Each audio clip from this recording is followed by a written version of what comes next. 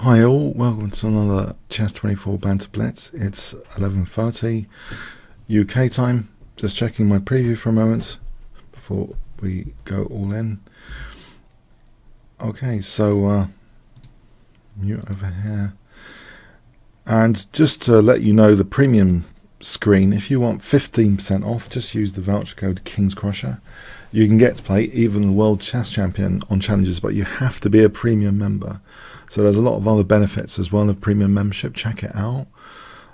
It's well worth it. Chess24 is become synonymous with one of the best places to follow any chess online, as well as play the likes of Magnus Carlsen and other streamers on a regular basis.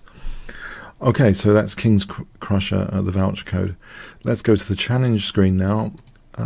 Let me know if audio and visual is... Sorry, I think we're in action now. We do have the board now. Sorry, I should have absolutely checked on the preview.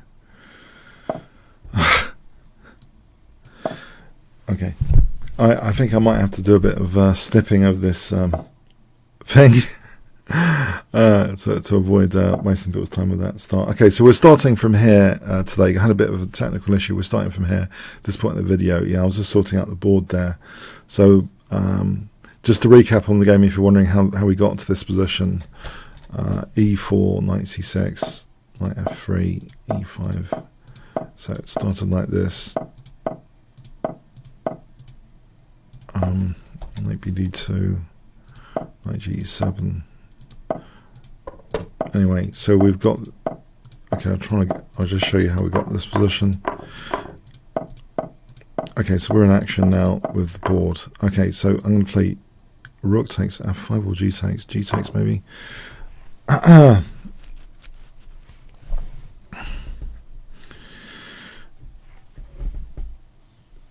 Okay, so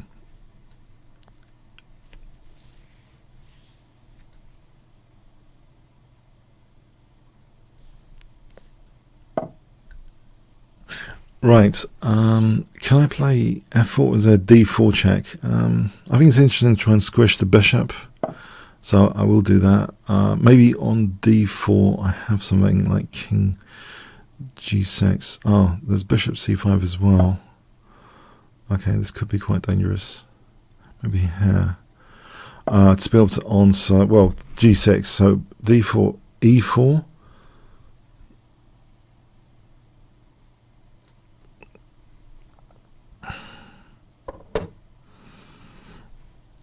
Okay, can I take this guy?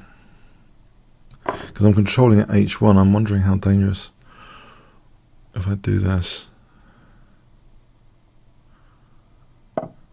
Okay, I thought I was controlling h1 there.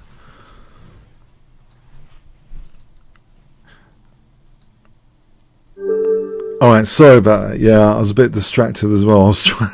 thanks for that. Okay, just while sorting out for the... Okay, so Area 51. Okay, let's see. Area 51. That's funny. I saw a program about that recently. Area 51. Let's go... maybe King's Engine.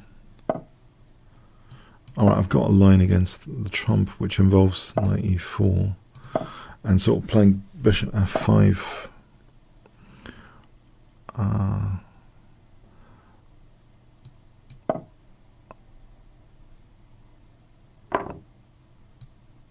Okay, I'm hoping this is a reasonable position. So I sort of want to play it like a French defense. I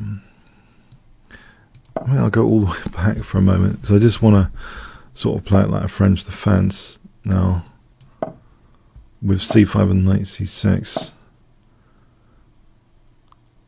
and then maybe even e6 or queen b6 and e6. All right, this is I think a little bit of counterplay on the A file, I hope. So b5 b4 plan. e6 and b4. Try and keep my pawn chain together, but I think I want to play for b4.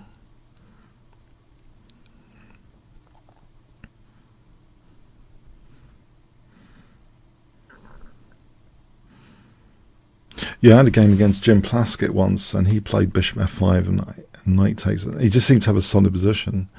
I know I was retreating my bishop, but it just gets in the way, I think, on d7. So the idea of then sort of saying, okay, it's a sort of version of the French defence with these pawn moves over here. With the queens off, I'm less sort of concerned about king safety immediately anyway. Hoping this is okay.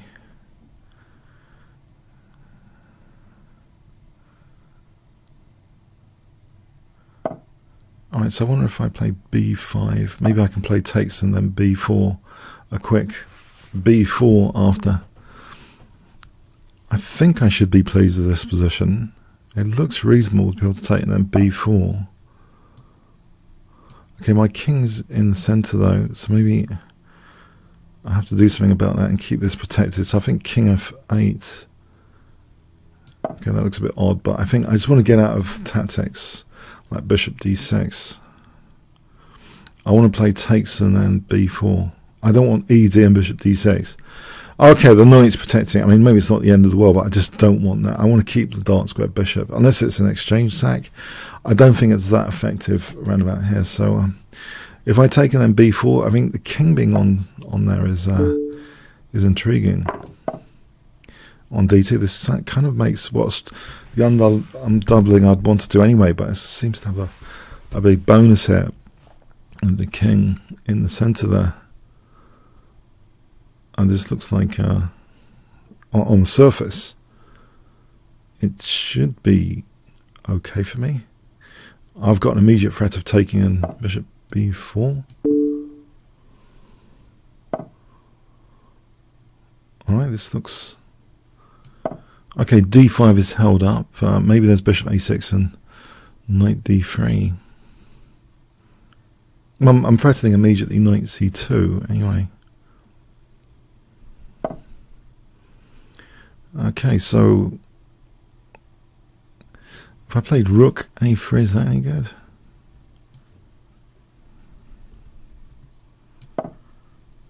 Then maybe later bishop d7 or bishop a6 and knight d3.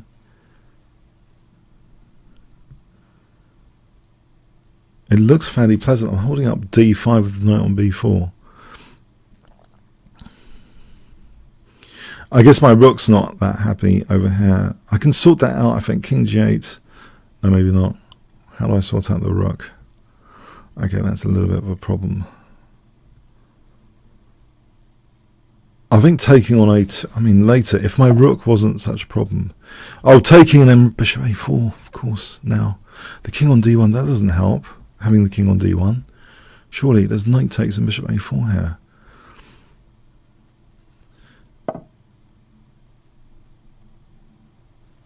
Oh, okay, is my king a bit in trouble? Yeah, if I played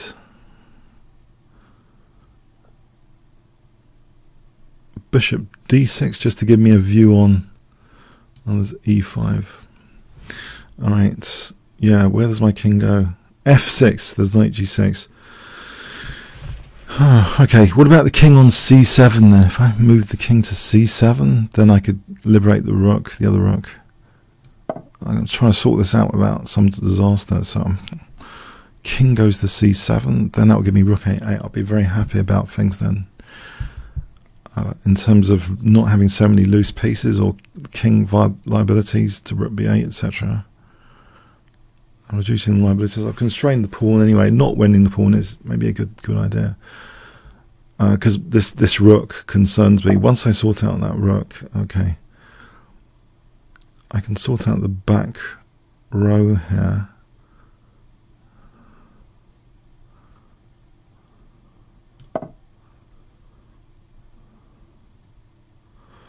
I think king d8 to c7.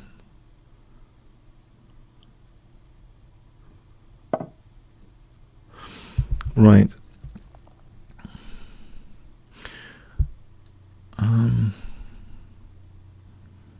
I probably want that.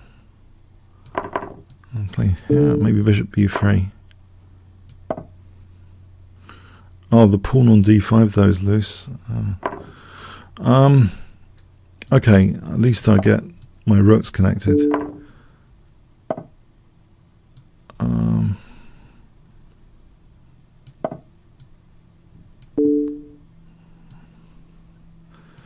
That's the sort of, oh, there's knight c4 though.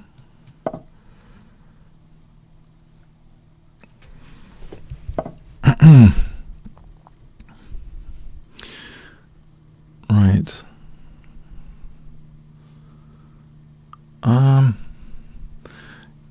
Okay, can I just do this bit of pressure again?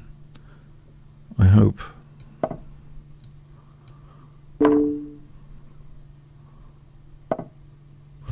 So my c4's intact. Can I try and win a3? There's a bit of a clock disadvantage. Try and get some material back.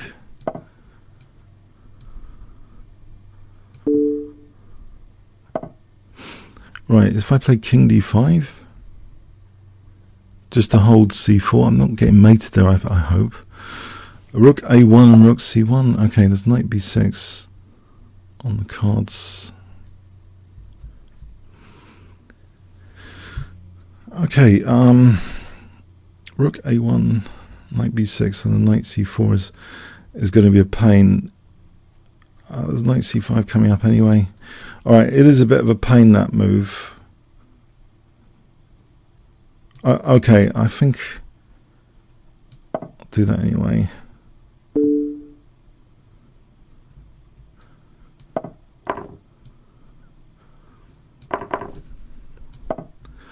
I'm hoping my rook's active enough.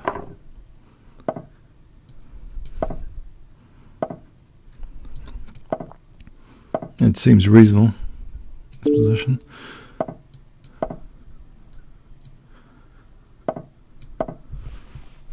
Good clock advantage. I think the worst is over.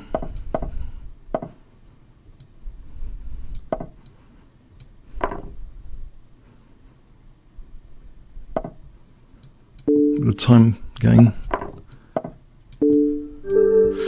Alright, thanks. Yeah, I think something went wrong in the opening there for white. It was, it seemed far too comfortable for me to sort of stand the plan I've used before. Okay, thanks for the game. Yeah, it did seem far too comfortable for black than it should have been. Okay. Goggin, Paul.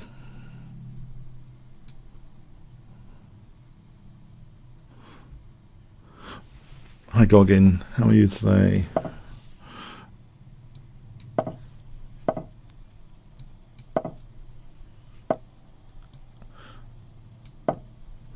Okay, so a6 and or a5. Maybe I do want to start b4.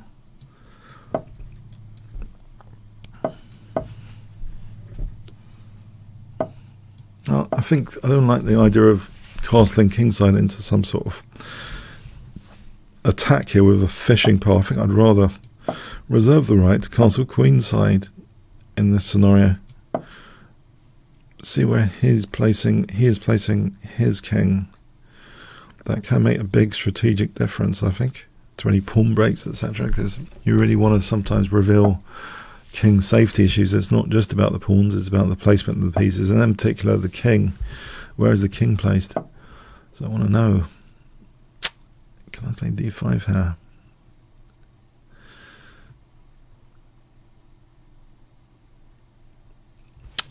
We have a waiting position, and if I play d5 I'm concerned about losing e5. It's fascinating.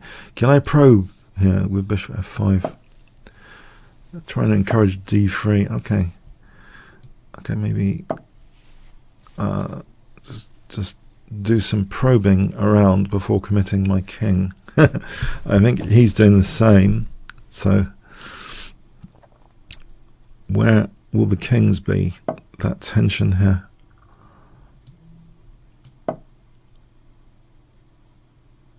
I think useful might be queen e7 though, to sometimes threaten e4 if the light moves. E4. Well, there's bishop f6, but then there's queen f6 and I'm hitting the rook. So I think this works. Knight c7. Ah.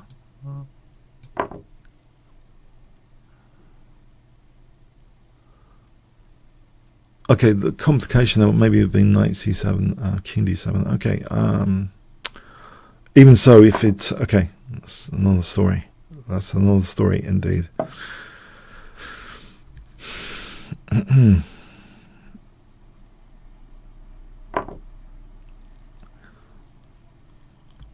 There's another double attack here. There's two loose pieces. But this is check. If I played this, that's check. If I hold that with f5, so I'm hoping I'm threatening queen f6. Alright, I'll threaten the rook.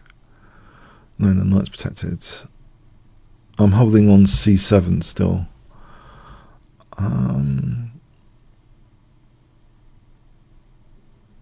Another idea here is this potential. Alright, there's queen a1 to pick up some material, is there? King b1, or not yet? The knight holds quite well. Okay, try and take away this knight holding a3 with knight a7. So then queen a1, there's queen a3. Okay. Okay, if I take on c3, I think. And now this, maybe.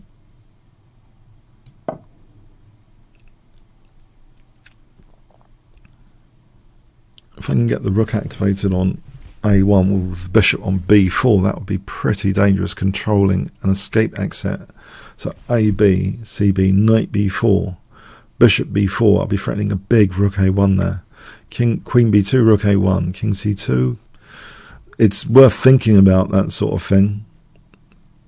If I can activate the rook, the bishop across the escape squares and the rook to rook a1.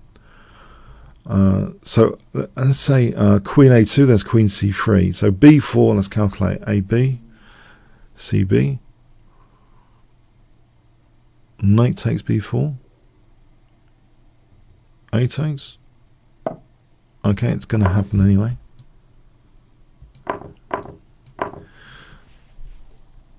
Actually, queen b2, there's bishop a3. Anyway, pinning the queen.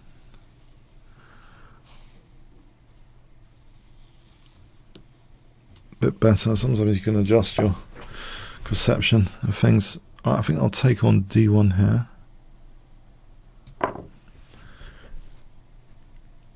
And also I'm going to torture the pin, I think.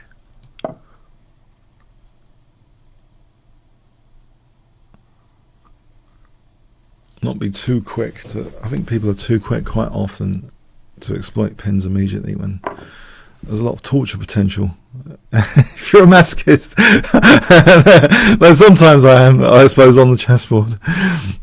That you don't want to, you don't want to relieve the pressure too quickly when you have pins. Here's another one. Anyway, I've got another one. But I think I've created a liability though with my rook, as noted. All right, so king d7 though. And I'm threatening things like rook a8 now, checkmating.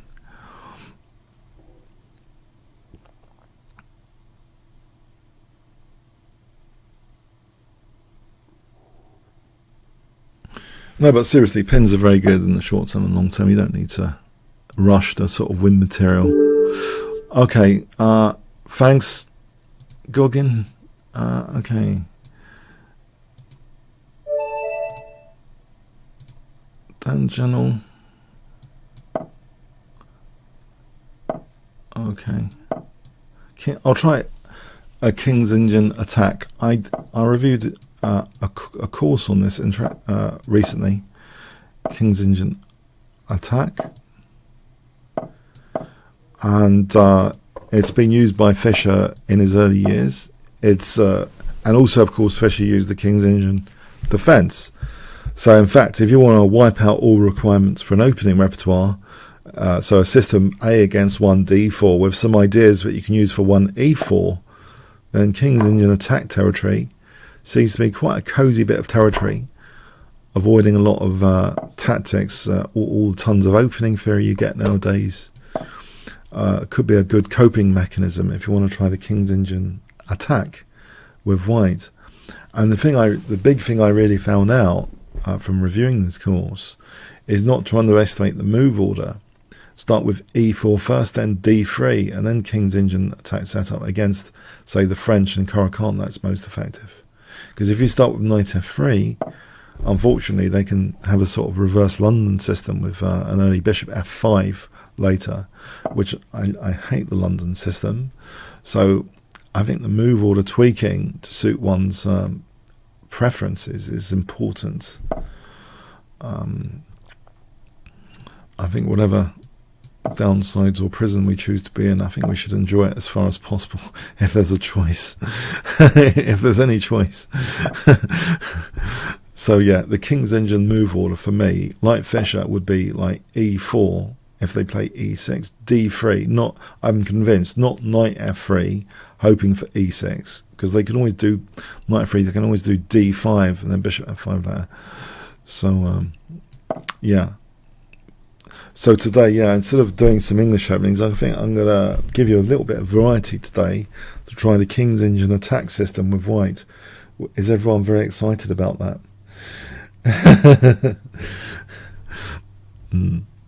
Would you guys like to see some King's Indian attack systems with white today? Let me know in the chat comments there.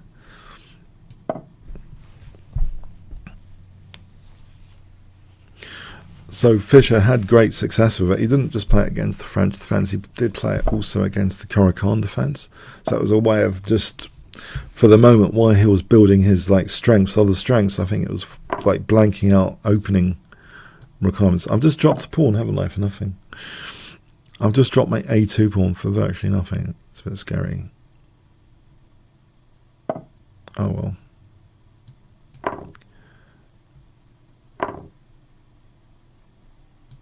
So I don't want to drop too many pawns in the course of this game. Unnecessarily. Can I try and open up the king side?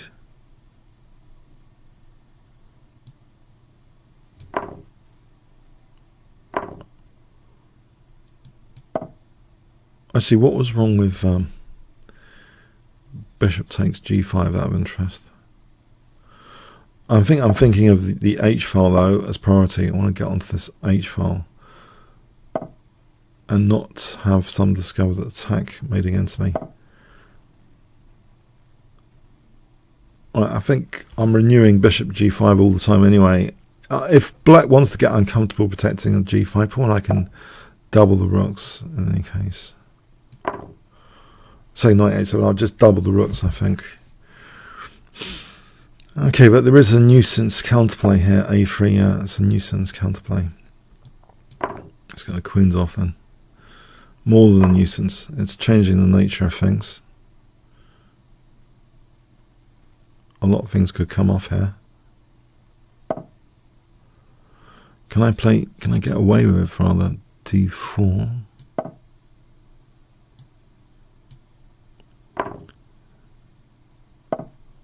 Right, e5.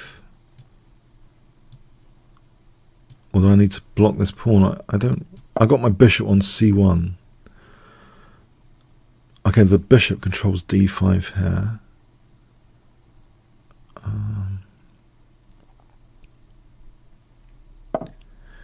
I can take on e7 maybe. Or do I want to stop this pawn? I think I want to stop the pawn because it's sort of saying to the rook on h8, you're not doing much now, are you? I think if I can double my rooks and eliminate this pawn, I think a lot of my worries in the position will be resolved here if I can just eliminate this pawn.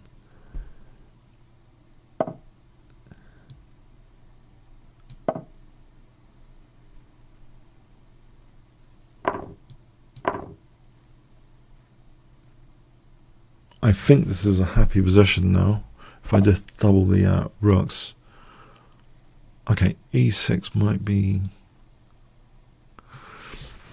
I'm not sure now.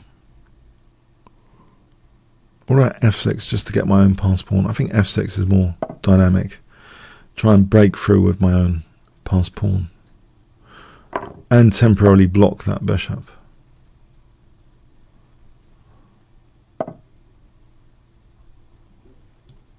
And if I block the bishop, I'll have rook c2, but unfortunately there's bishop h6.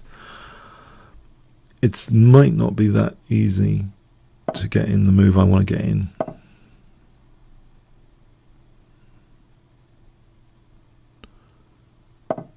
Alright, I'm hoping, if I try and eliminate it now, okay, I end up being a pawn down. This is so unfair. I'm going to lose my pawn. The price to pay. Aggressive king. My opponent's playing extremely well, I think. There's a lot of work to do here. Okay, I control a8. I think the bishop's good on e4. It's come right down to an endgame.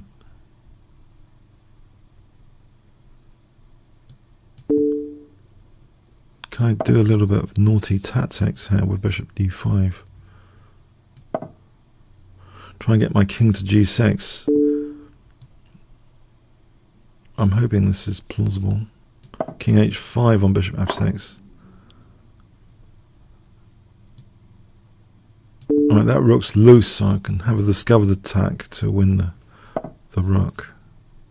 Loose pieces are the salt and pepper of forks, double attacks, all sorts. If you want to spice up anything, loose pieces spice up things.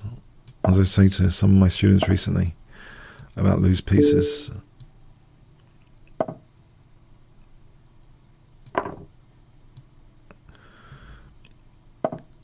What's the point in having a double attack if there's no loose piece? Quite often there's no point. Get the king up to g6 now.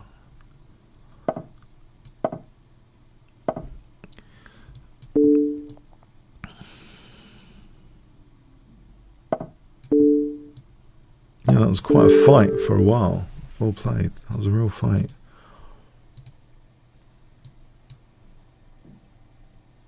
Okay, we've got ooh. Okay, a 3-minute challenge against the 2755. This will be entertaining. I'll try King's Indian attack, as mentioned.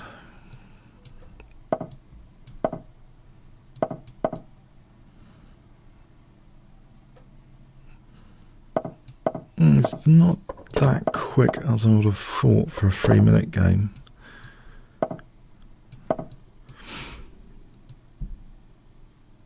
This is the sort of plan I play with black, but what annoys me with this plan with black usually is when white plays for a quick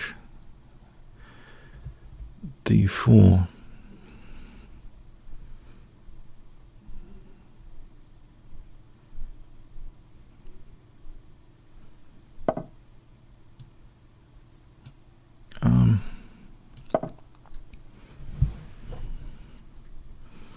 Quick d4, trying to interrupt black's attacking potential.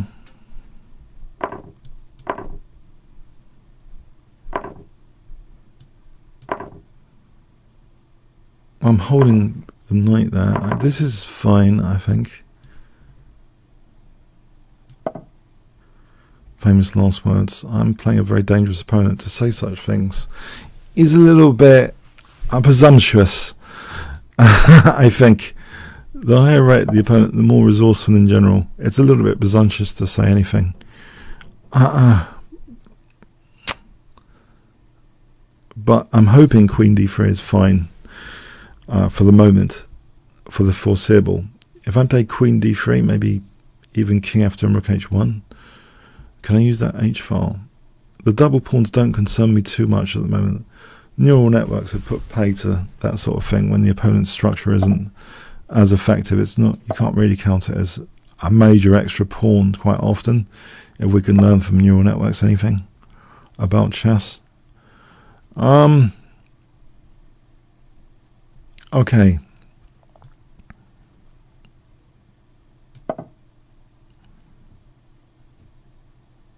I've got the clock on my side at the moment.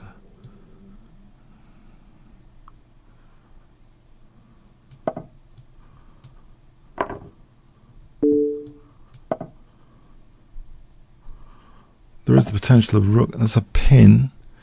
I'm looking at h6 now on other pinned points which are illusionary now because of that pinned piece. They're not really defended because of that pinned piece. Okay, knight e5 hits, g6.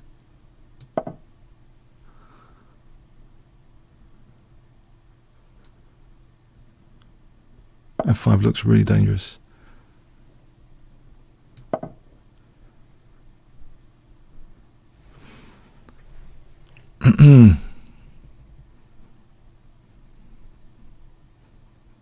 To fg and bishop h6, I have to start calculating things like that now.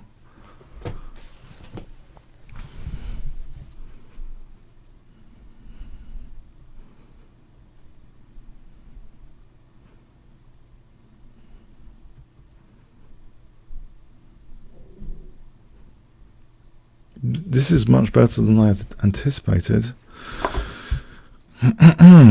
That doesn't look like the scariest move I was expecting.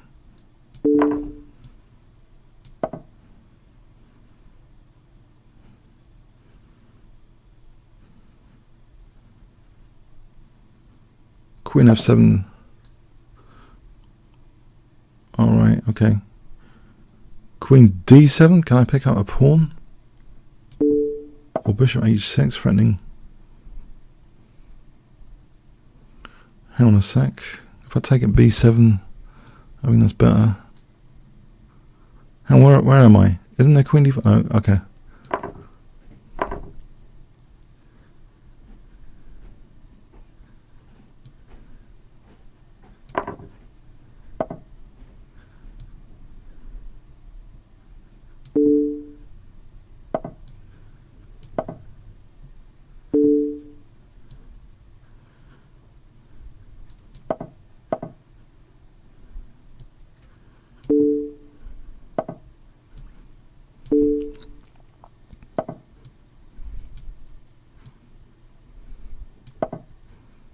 He's very, very short on time.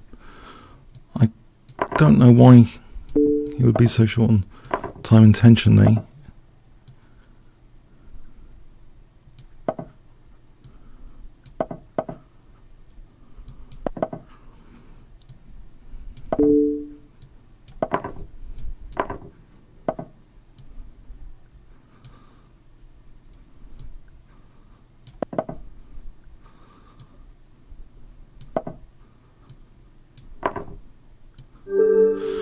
Okay, yeah, I'm a bit stronger on the faster time limits. Actually, I think my rating, I don't know, on the 3 minute is probably underrated. Thanks, Retran. As it approaches bullet, I think I'm stronger.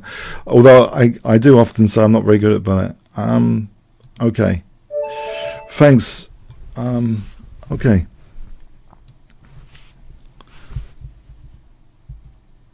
That was a very exciting game, though.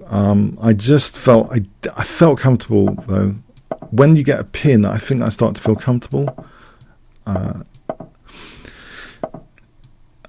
If there was a heartbeat measure monitor, as soon as I get a pin or some issue like that, I can celebrate. I think it would come down a bit. I think FIDE threatened to put heart monitors on. That would be interesting to correlate it with things happening on the chessboard. Are they pinning a piece?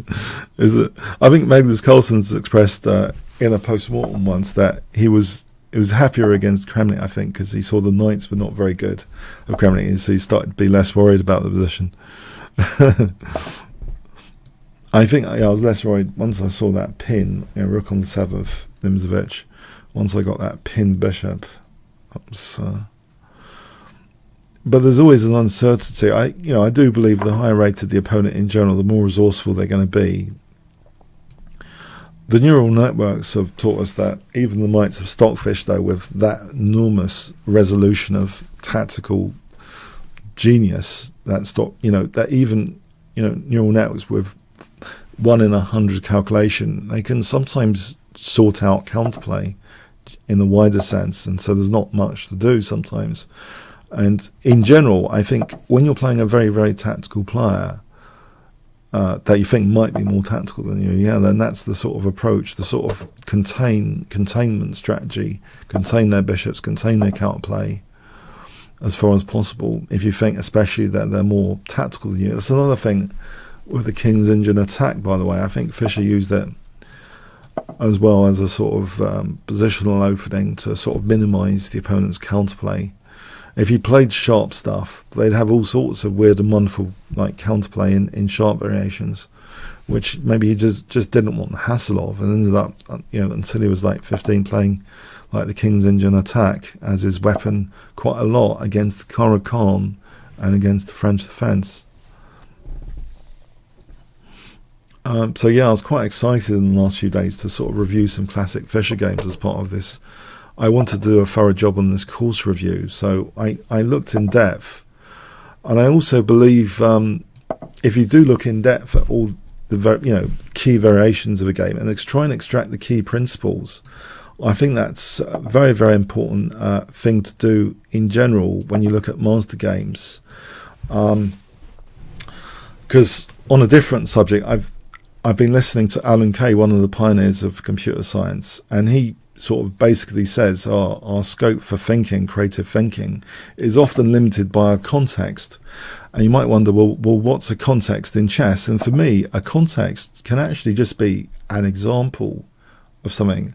So say you analysed in detail to model King's Engine attack games and Fischer, that becomes part of your context for thinking about King's Engine attack games in general, I think. Because there's a lot of, if you can extract the principles, I've been trying to do that. It's fascinating, basically, for a wide range of similar positions. So that context is like what maximizes your potential for more creative thinking. This context one could get, and it could be, I believe, from just examples of things. But in his case, Alan Kay, he was a microbiologist, and he had this concept, this context of how bacteria could represent a far more scalable architecture than, say, building bridges, because you can have like thousands of bacteria with loose coupling and minimal cohesion, which is far more scalable than any building construction. So you've got the whole of software engineering up to that point based on building construction, when in fact the context might be more viable to be something like bacteria. I know we don't like to think of bacteria too much, but in terms of scalability, because he was into scalability, then that's like a more interesting context. But he did philosophize that in general, to be creative in something, it's a lot to do with context. So how do we get a context to beef up our thinking? I just found that a bit fascinating recently as well. So when I was checking out examples, I did want to sort of not just see the variations of a particular game. I did want to sort of extract as many principles as I could and with a system like the King's Engine attack, it means you've got a broadsheet coverage of all the major openings to 1 e4 immediately. Quite a broadsheet. I'm wondering about the move Rook c7 coming up is nasty. So I'm going to do this. I'm probably in a bit of trouble here. I'm wondering knight g3.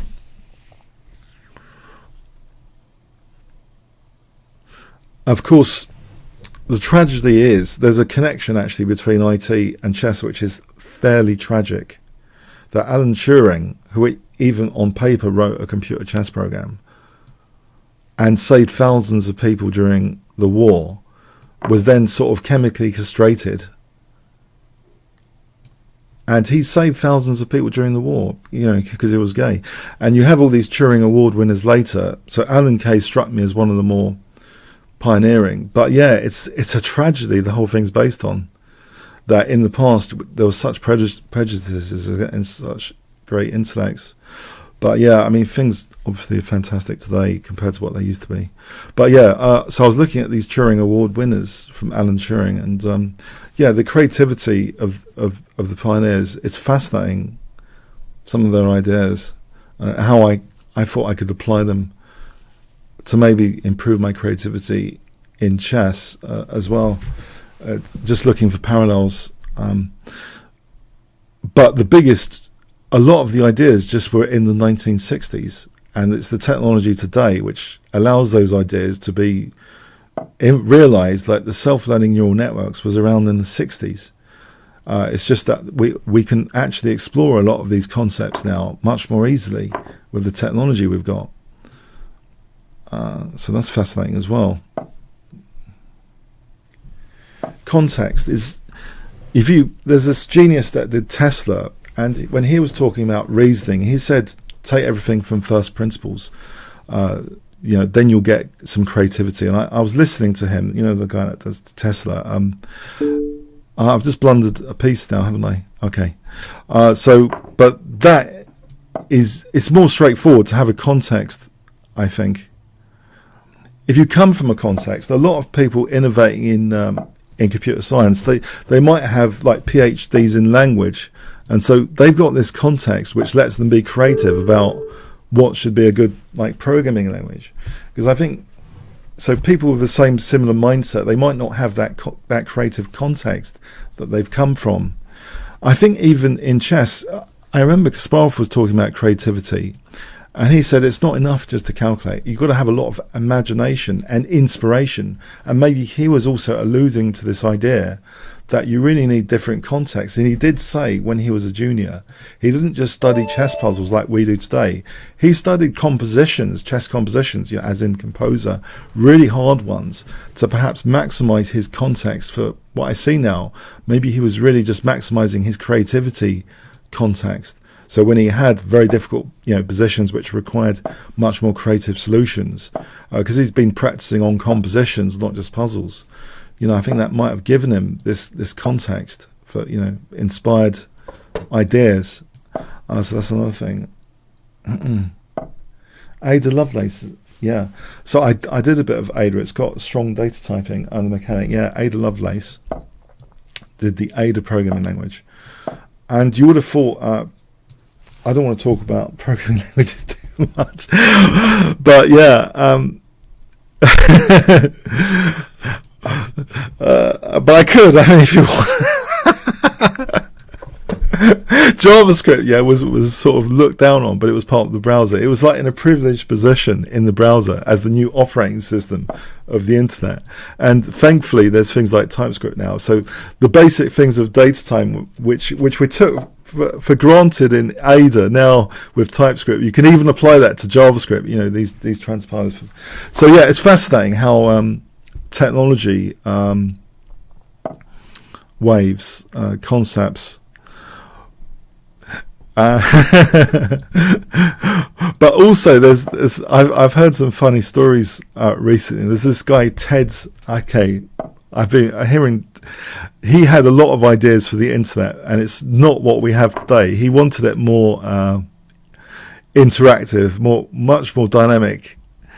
He envisaged not just simple one-way jumps, but the way basically, if the internet is an operating system, the way you don't just connect files, you sort of interlay them, you overlay them, interlay them, fascinating stuff. And we end up with shallow implementations today of what some of these visionaries had. But to be fair, I think you do need to go with something. You do need to prototype something. And a lot of people, I mean, the internet wasn't that popular back then, so I think you could say it was like a simple prototype what we went with. But a lot of them were complaining they had all these fantastic ideas, and we just get a load of rubbish in return. But I think one of the things as a junior, though, both in chess and in computing, is the idea that on my BBC Micro there was an open invitation for anyone to program, which we don't get with the passive devices. Everyone wants an iPad and an iPhone. There's no invitation to program. But most people just don't want to program. They want to like surf the internet or look at social media. So who cares? So anyway, I should really talk about chess today. Perhaps I should occasionally talk about chess. Yeah, does anyone want me to talk about chess today? I can talk about chess and neural networks, though. Yes, because they were. I look back at my AI, because I was doing AI as part of my major in computer science, and there wasn't any talk much about self-learning neural networks. So that is an example of something which technologically was a great concept, but totally unrealizable in the past. So that thing we have now, these tools for actually learning about chess conceptually, have come about from just technology improvements. And yeah, I think there's a lot to learn, not just from Leela neural network. Am I getting mated here? I've got to be really careful here. Oh, blimey. Let's try and shield my king. I was trying to get an attack. I'm threatening mate here, though, aren't I? With rook h2. I was trying to get an attack. I think we can learn from all the different neural networks. Okay, this looks good again. Queen h4. Because I think the existing, the Alan Turing-based paper approach is just simple heuristics. But we have to give the computer the heuristics. The neural networks, to me, it's like they're saying, look, improve your evaluation function as humans. Look, the sacrifice and exchange is fine here, etc., etc., etc. I think they give us new things to think about for our own evaluation function of positions, which I find fascinating, that actually technology can actually teach concepts, which before, it's just impossible. And all that technology, self-learning, is from the 60s. It's unbelievable. There was a lot of funding back then, though, for things, and perhaps more than today. Okay, thanks, Matal. Okay, I'll try and get back on the chess. Okay, King's Engine attack. King's Engine attack. Am I planning a philosophical? No, but I kind of like having. When you explore a chess game, I know a lot of people, they talk about the chess game, the variations, and that's it. I just think it's a waste, because I think while you're there somewhere. So you take a holiday in Rome and you just go and you just, I don't know if there's a beach in Rome. Actually, I haven't been there recently. But you go there and you pick up nothing about the culture. I think Sprov talked about this.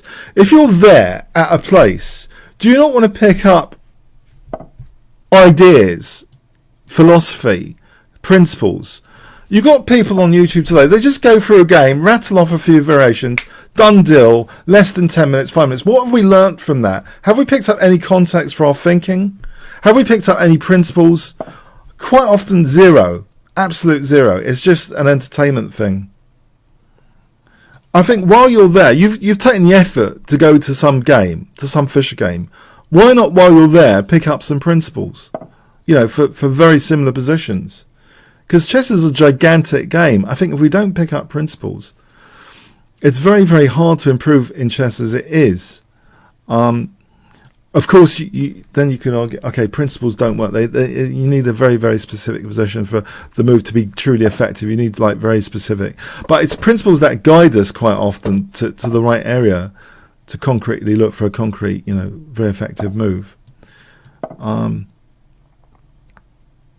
Yeah. So anyway. Okay, so knight h4, knight f5. Knight h4, f4. Okay, maybe knight h4 has been ruled out now. So this side of the board, there's often plans with b4, I've noticed, in kings in attack style positions. So b4. We can play on the queen side and try and undermine the centre. I think I'll put the bishop here. I'm going to try and undermine the centre with bc and d4. I'm hoping this does something of interest from my point of view. bc and d4.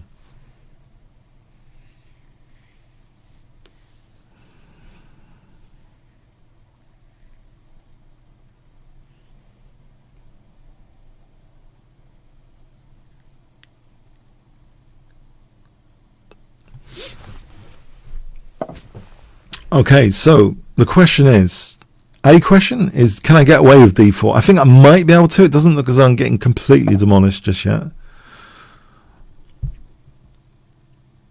Famous last words. FG, knight g5. I think h3 is sufficiently protected.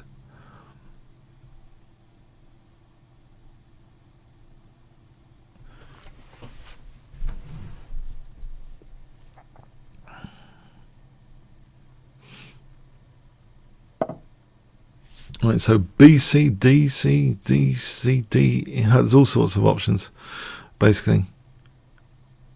I think I might try DC and B5, because it looks as though E5 could be a target, and I want to use the D file. So I want to undermine okay, D6 is the target that's been offered. So knight B3, I'll be threatening something, surely, at some point. A4 might be handy. I guess there's some tactics coming up.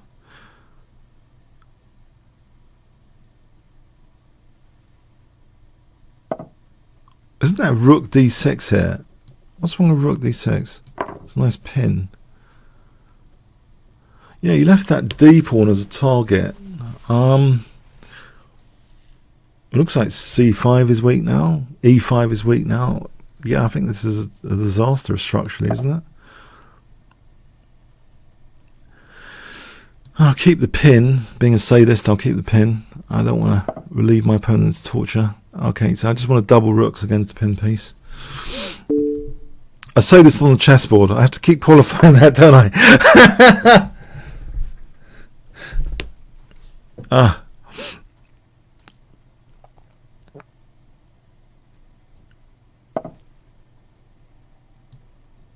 Yeah, creativity or memory. You're right, because actually, there's an extreme example. Design patterns. Literally, they got it. Apparently, these design patterns from architecture, and they just transferred it over.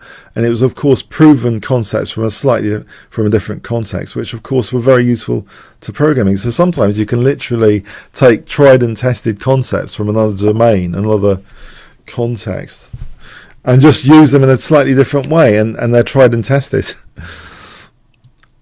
So that perhaps you could argue there's sometimes less creativity when you do that, when you're actually literally kind of in inverted commas stealing from another context. So it's not just a way of stimulating thought in your particular context, another context. It's a way of getting tried and tested ideas, really. But if people didn't observe that before, of course, it's really useful to apply that to a slightly different context. I guess a lot of ideas have already been come up with like years ago, and we're just reinventing the wheel a lot of the time.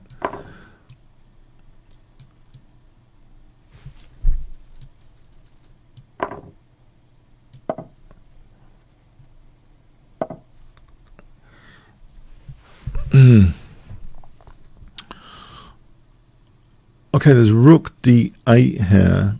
Isn't that a bit of torture? Okay, why do I keep saying torture today? You guys are going to get the wrong impression. I'm some sort of chess sadist. I don't know. I don't know. Why do I don't know. Okay, anyway. So queen e4, queen d3, exchange off queens. So my king's not in trouble. That looks like a good idea in principle, but I lose an e5 pawn.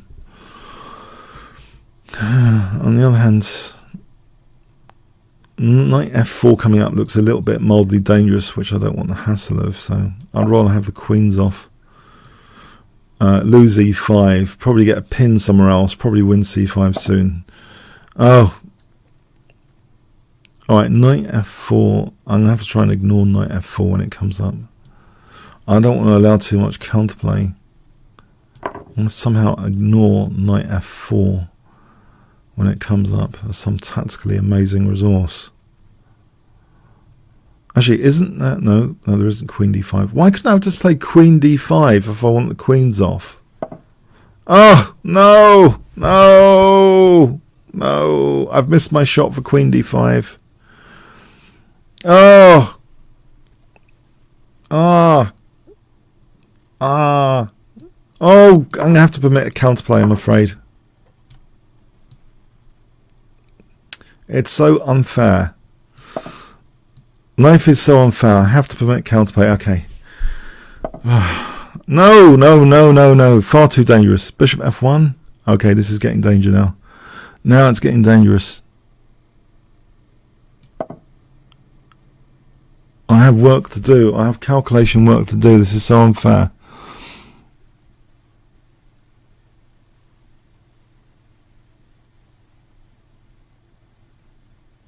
e6. Can I extinguish this counterplay? Knight takes and queen d5 coming up. If I play knight takes here and queen d5, I don't mind giving a piece back.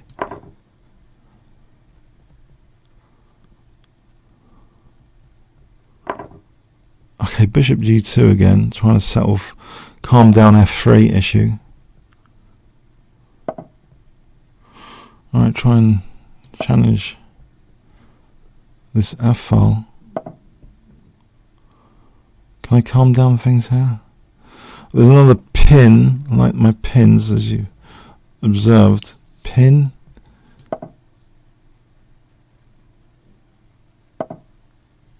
Get rid of that. Get another pin. Knight d4. e6 coming up. Alright, thanks Cobra, yeah. Okay. You torture yourself with playing chess on my own. That's the problem if you talk too much versus strong players. Okay. Okay. Friedel. Will I be fried by Friedel today? Let's see.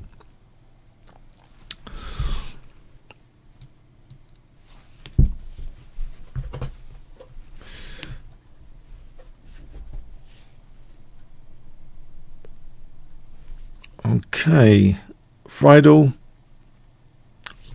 One great gift. I've got my great gift t-shirt on today. Actually, I have been wandering around, and people do sort of. Actually, I have started a conversation with people recently about this t-shirt. I think it's a good way to pick up chess enthusiasts. I haven't so far, but yeah, people have been wondering about this t-shirt. It's kind of unusual, running around co-op. It's a conversation starter.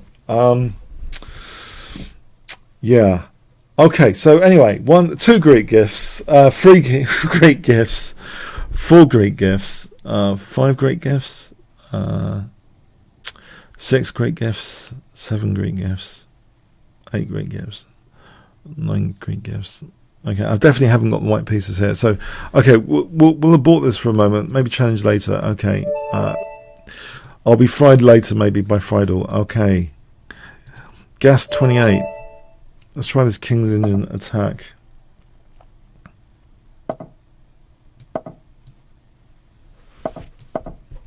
So this is King's Indian attack day today. A bit of variety for my usual English opening.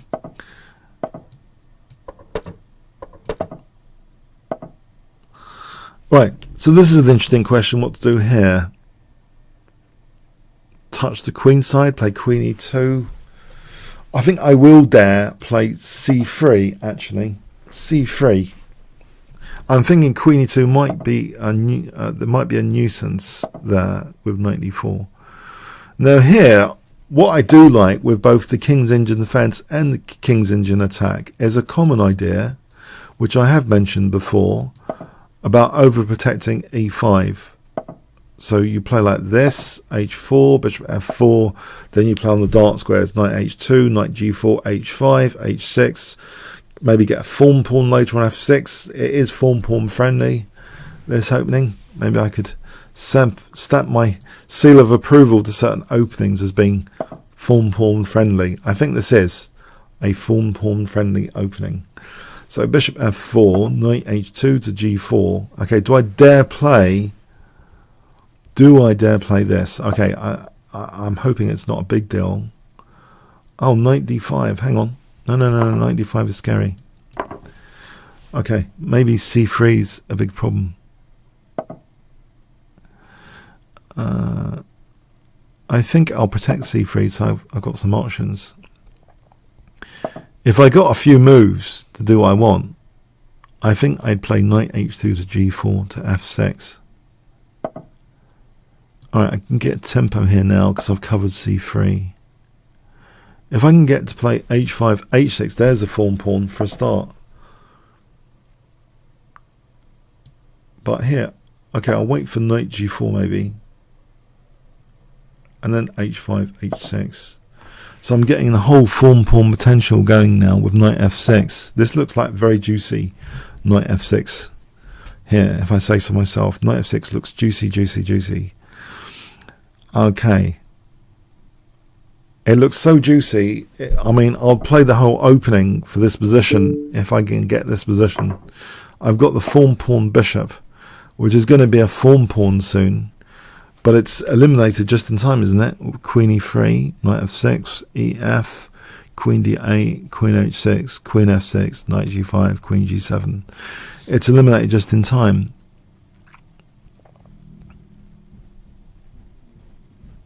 However, I will play this anyway, because I think on queen d8 there might be queen g5. I will still have the form pawn for a moment.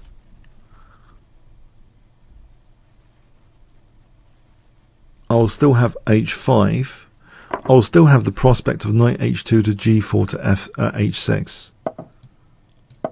This is what I imagine. Is the reality matching with what I imagine? Oh, there might be resources here for black, like that. Yes. Do I tease e5 or not if I play queen f4? Okay, let's go with this. There's a pin here against the bishop. I could take them and play d4. Well, I've got limited options here anyway. There is a pinned knight. Okay, the form pawn dream has been extinguished, I'm afraid, from my point of view. I have to dream new dreams now. There is an idea of knight e4 to d6, I've just noticed.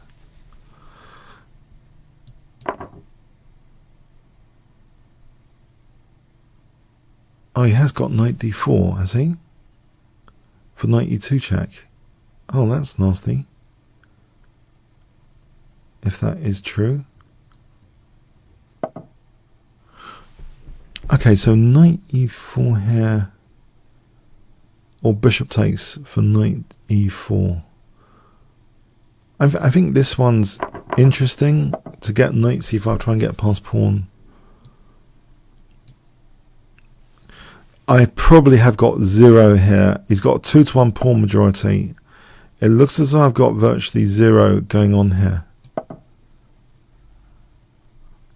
If he wins this pawn, I think I get a bit of play.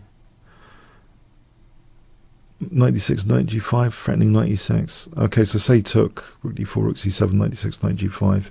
Threatening at least. Okay. That's another way of playing it. Okay, I'll bring my king to the centre. No, it's not great, is it?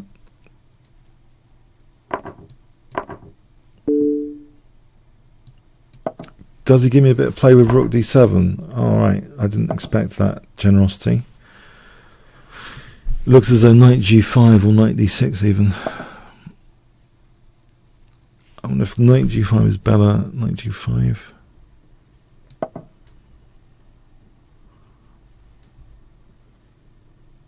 Oh, don't tell me knight c4 check. Okay, this is going to be a pain, isn't it?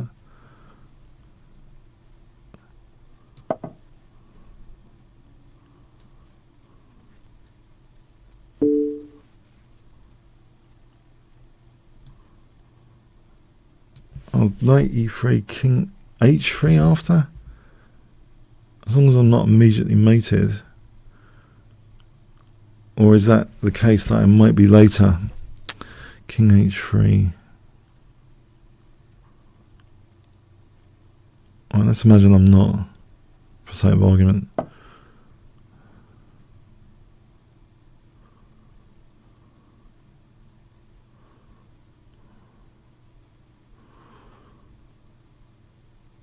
93 king h3. I can imagine rook here and there mating, but I do get a move in to say something about that, like g4 maybe later, to give my king g3.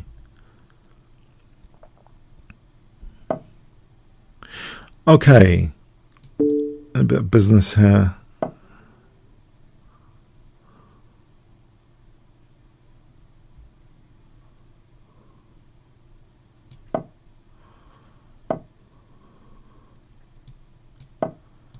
With an attack, I mean. Or not. Oh, hang on a sec. Is it? Oh no. That would be mating, wouldn't it? With rook h2. Oh my word.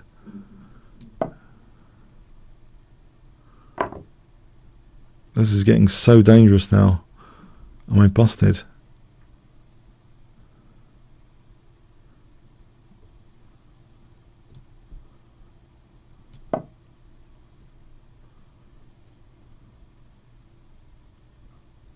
Hang on, I will have king h4 to g5 if he's not careful. Okay, so say king h4 to g5, if he plays a check king g5, that could be a little bit dangerous. Okay, g4 then.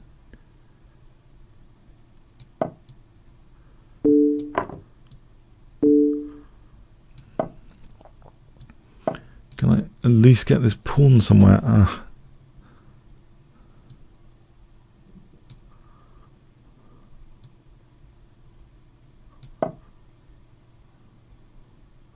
Knight e4 to f6. This pawn. Cross the bridge while I can. Oh, he's going to have... okay, it's... I have to do this pawn, I think, because he's got a rook interruption there. 24 seconds. G7 plan, knight e4, knight f6. G7.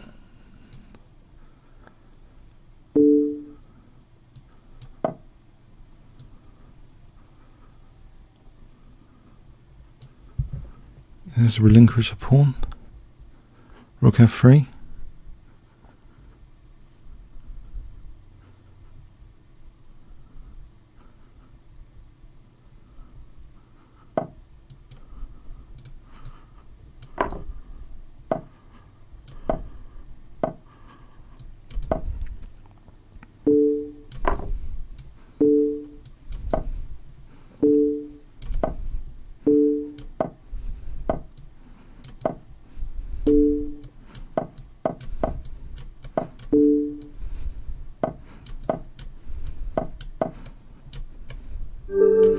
Oh, it was, yeah, chaos after.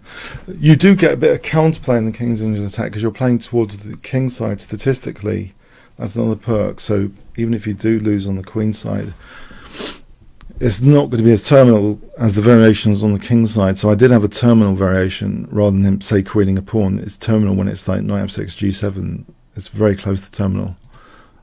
Okay, so that's the thing. Statistically, it's favouring white generally, I think. Okay, so in the lottery there. Well played though, fantastic game. Yeah, I'm shaken up, but not stirred. Shaken and stirred? Shaken, okay, whatever, as James Bond might say. Shaken, not stirred. For his drink.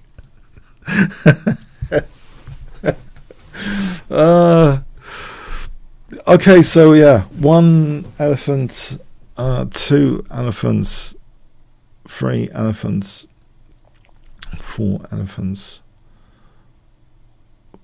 5 elephants, 6 elephants, 7 elephants, 8 elephants, 9 elephants, 10 elephants.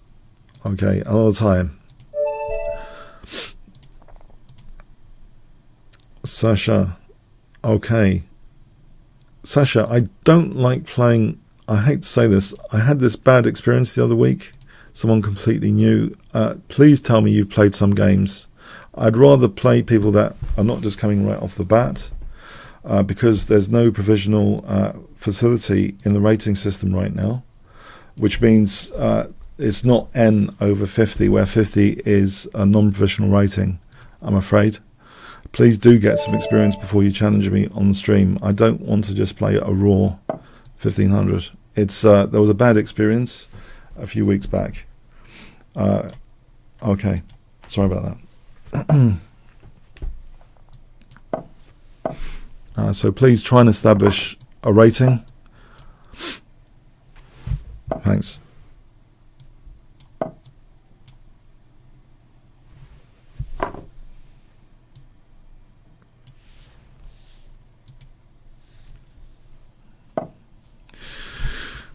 Okay, so Queen E7. I'm trying to parry this.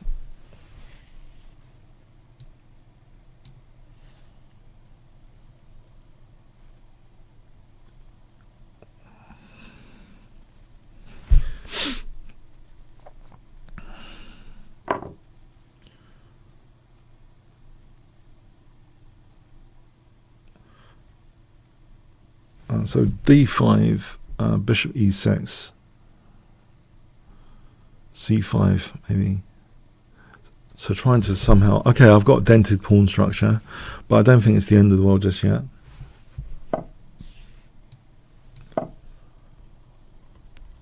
So Bishop E6.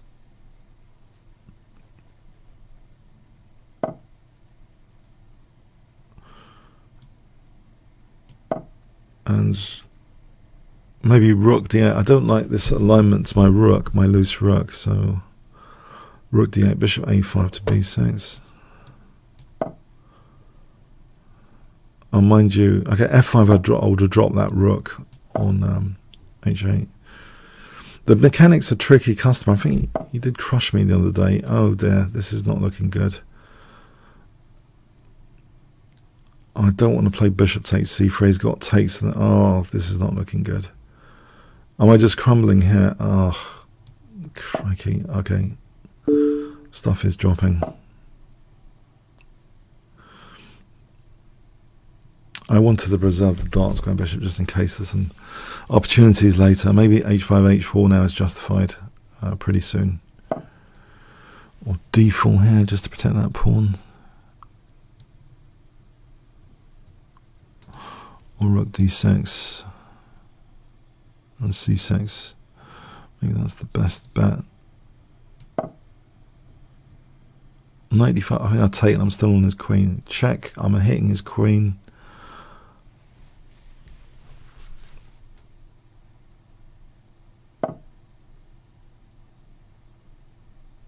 Oh, okay. Alright, I'm being provoked into D4. This isn't that pleasant, this position.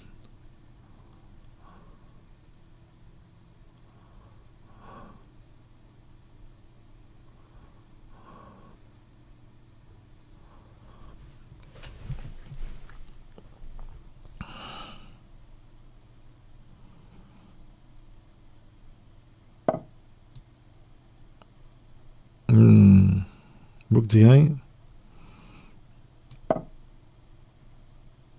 Okay, I can drop another pawn. Oh, this is really unpleasant.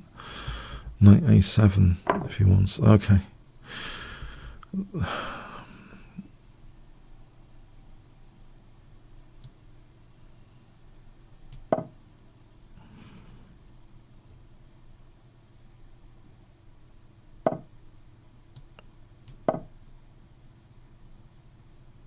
I'm hoping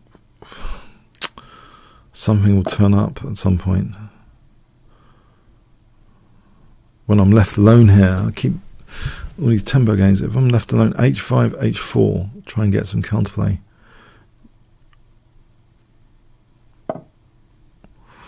Alright, this could be my cue for a bit of counterplay.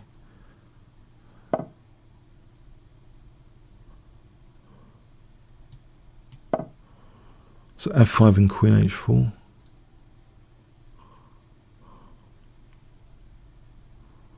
if the pawn ever moves forward, there's rook g3 now, that pinned pawn there, if cd and d. Okay. Oh, there's knight e6, you can pick up a rook. I'm threatening rook g3 though. Will you see the threat? Maybe I shouldn't speak too much about it. Okay. He didn't say it. Okay.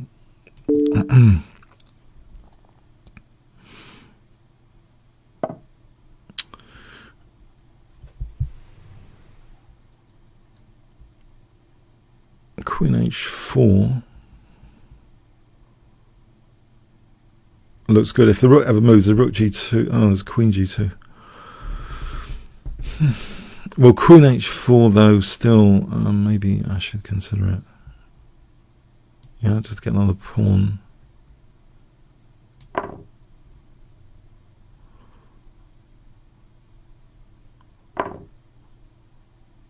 Oh, I don't think that works because of rook g2. Yeah, I don't think that's a good idea. Oh yeah. Thanks, mechanic. Yeah, no. I was getting done over on the queen side. Hands up, getting done over.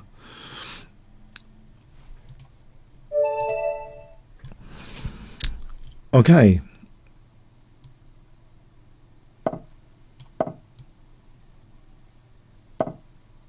This tangoing is like an Alekhine defense the other direction. A knight game from the queen side to the king side. I've had very good results in bullet chess with this over the last few months. I've even created courses somewhere else called Tactics Next, which are often based on dark square weaknesses being provoked. So I have a nice bishop quite often in this opening. I think I'm going to have to do some sort of course on the tango at some point, because I just had so much fun. There's a lot of fun to share in it, tango. Okay. So the tango can lead to dark square weaknesses, as far as I can tell, quite often.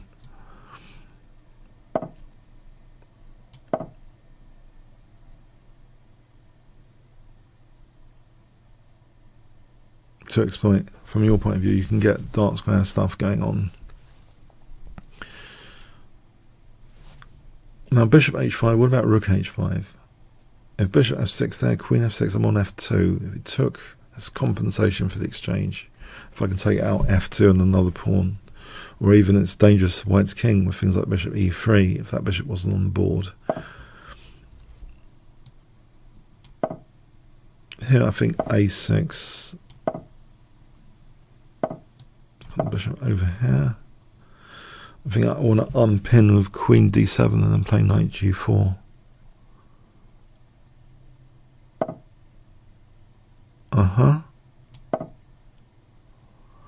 This also gives me now knight h7. I think knight f4 is actually quite interesting as well here. That gives me that nice dark square bishop. e5 I can revolve around e5 with knight d7 to e5 here.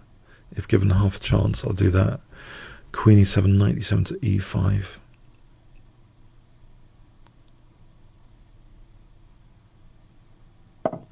That looks very juicy, so to speak. Knight d7 to e5. Juiciness coming up, I hope.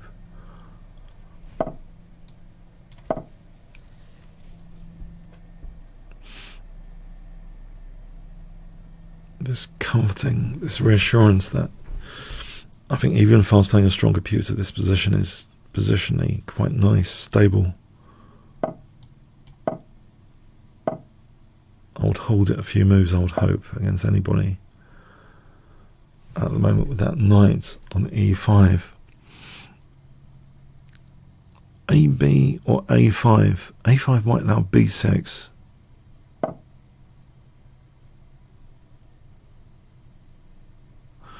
I'll take the risk. I think I will.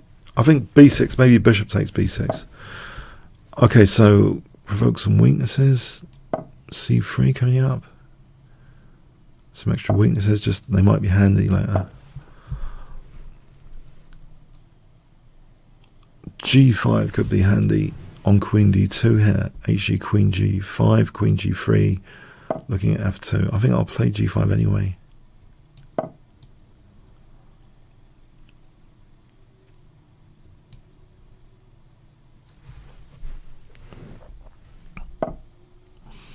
So G4 here, okay, or Rook G8, maybe Rook G8. Okay, my pride of the position is going here. Taking out my nice knight. That's so unfair. I might have to do some work after he takes out my piece. It's really just not on. I'm threatening Queen G2 though. No. The way he's played it. Queen G2.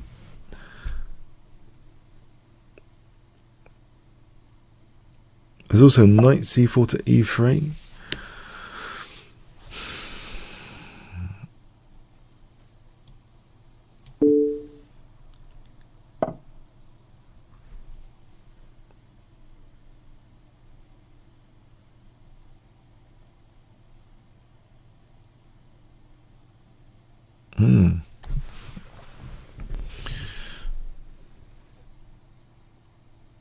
Isn't that just bishop takes G1 here for a start? I'm not getting mated, am I? Bishop takes G1.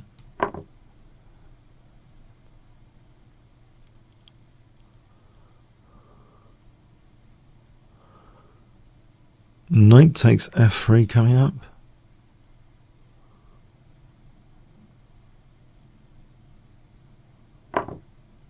Right, if I took that.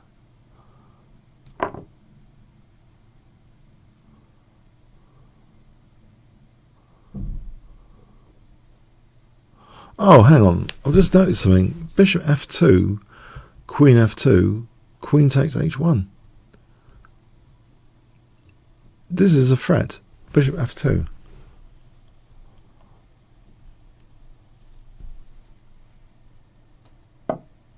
I think I will use this.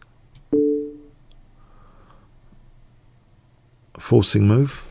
Try and prioritize the forcing moves. You never know. They might do stuff. Special effects department. Forcing moves.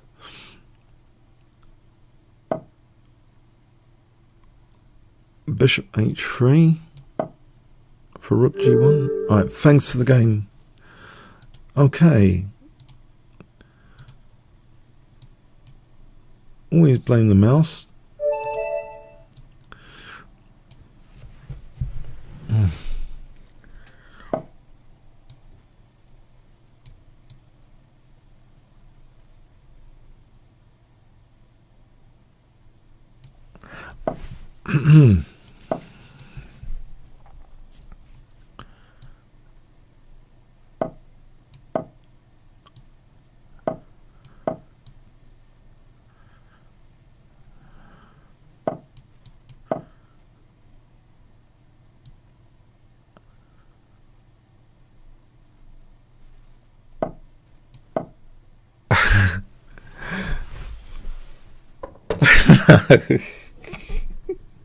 When people do this, casting early against me, I'm wondering, did they check my nickname? Kingscrusher. I'm not worried about the H-pawn attack. Outrageous.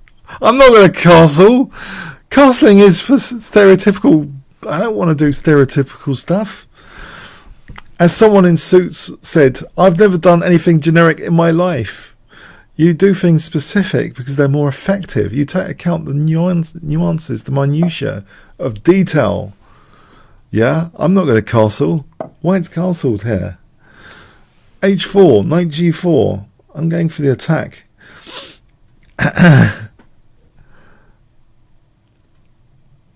Knight G4.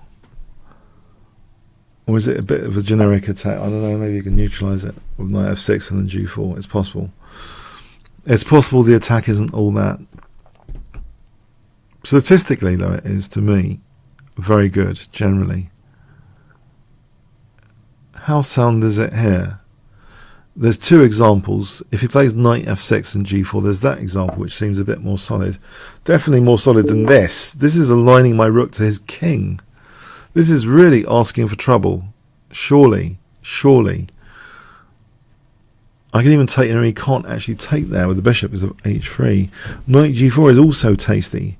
Bishop h3 might be investigated for its own right here. After bishop h3, queen d7. What's the reply there? I can't even see one. Oh, maybe there's knight g1. Knight g1. Knight g4, king g2. He could take on f6 first. So then there's the question, what about queen d7, knight g1? Isn't there knight g4 there, king h1? I think the simpler question is knight d5 and transfer this knight across.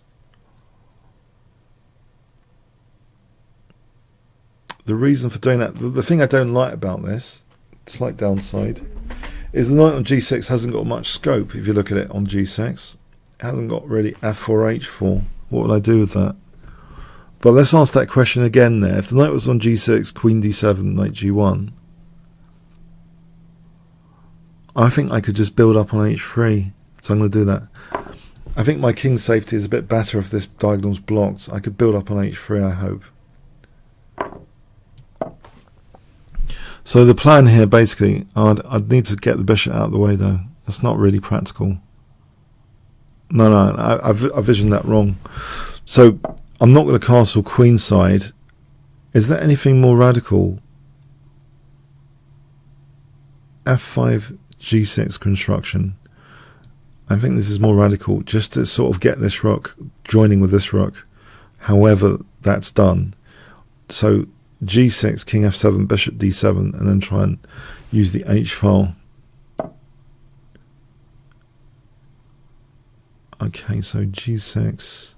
If he wants to open up that diagonal, I'll let him. I just want to reinforce f5. Okay, that opens up that diagonal.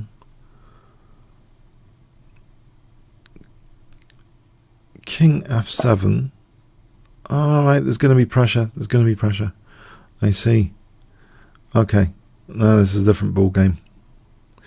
We're in a different ball game now. There's pressure on e5. How about bishop d7 and castling queenside? Okay, there's always bishop c5 to bishop a3.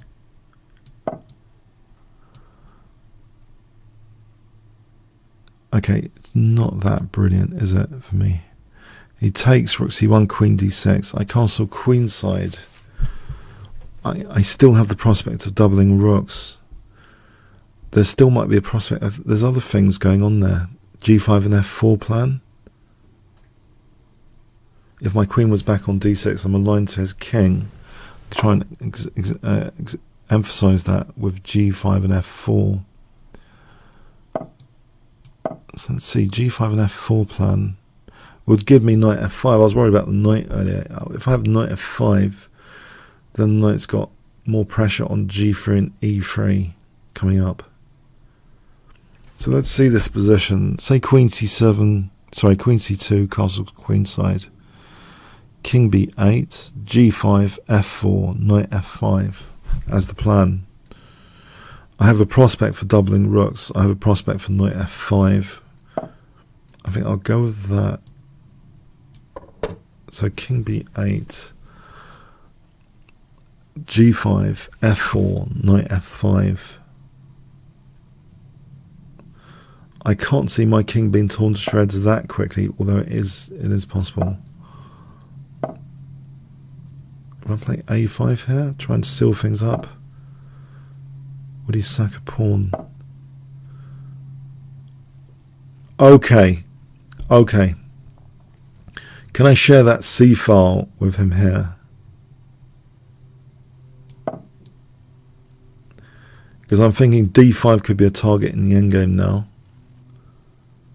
If we have a shared C file, as long as he's not doing a magnificent rook c6 looking move. Alright, he's cutting out my f4. I have got, no, there's no f4. Use the C file here, I think.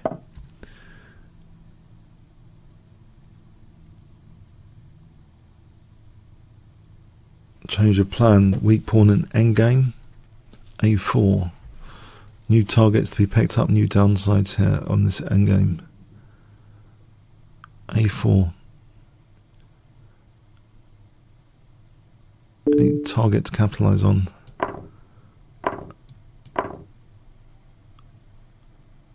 He's got a passed pawn. I just realised. I can have that pin. I can play knight takes d5. I think the pin first, then knight takes d5 is much better without knight e5. d5 is weak, but he has got this passed pawn.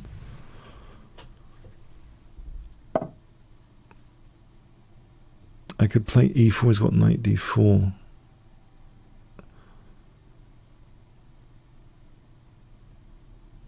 Oh, hang on.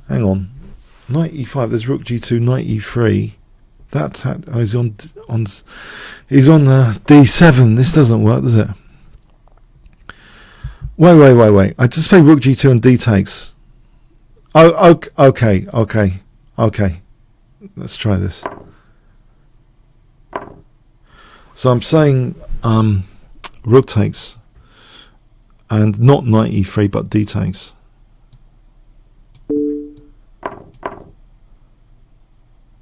He's got to pass h pawn for sure, but the two pieces. Oh, immediately knight e3. I don't think the h pawn's a major thing now.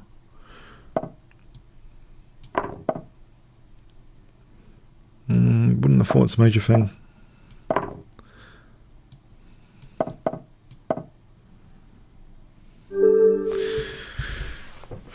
Okay, I was a bit lucky today.